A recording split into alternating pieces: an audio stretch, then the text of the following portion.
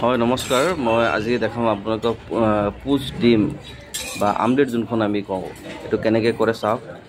আমিও বনাওঁ এনেকৈ, কিন্তু আমাৰ শ্বেপবিলাক অলপ হেৰি হয়, বেকাতেৰা হয়।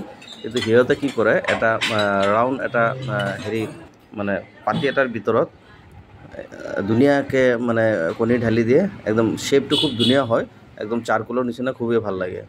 তো যি কি নহওক, পুচ ডিম কিন্তু বহুত ভাল লাগে খাই পেলাই। মই ল'লোঁ, 2টা ডিম ল'লোঁ, খালোঁ, সঁচাকৈ ভাল লাগিছে। তাৰপিছত মই আৰু 2টা ল'লোঁ। যি কি নহওক, এইখন এখন ব্ৰেকফাষ্টৰ দৃশ্য মই আপোনালোকক দেখাবৰ কাৰণে মোৰ কেমেৰাদি উঠাইছোঁ। আপোনালোকে চাওক, এইখন ব্ৰেকফাষ্টৰ দৃশ্য খুবেই ভাল। সেইকাৰণে কৈছোঁ না, মই পুচ ডিমটো কেনেকৈ কৰে মই আপোনালোকক দেখাওঁ। খুবেই ভাল লাগিছে, টেষ্টি আছে। কিন্তু পুচ ডিম এনেকৈ একো দিয়া নাই ইয়াত, পিঁয়াজ জলকীয়া একো দিয়া নাই। খালি অকণ নিমখো দিয়া নাই। নিমখ আপোনালোকে লৈ খাব পাৰে, অসুবিধা নাই। বহুত মানুহে নিমখো নাখায়। এয়া আৰু মই পুচ ডিমখন দেখাবৰ কাৰণে মই আপোনালোকক ভিডিঅ'খন আপলোড কৰিলোঁ, যাতে আপোনালোকে চাব পাৰে যে এনেকৈ এটা ৰাউণ্ড চাৰ্কুলৰ ভিতৰত আপোনালোকে যে কণী ঢালি দিয়ে, বাছ এনেকৈ ধুনীয়াকৈ এটা শ্বেপ হ'ব। খোৱাটো বহুত ভাল, টেষ্টি। আপোনালোকে এনেকৈ বনাই ঘৰত খাব পাৰে, কোনো অসুবিধা নাই।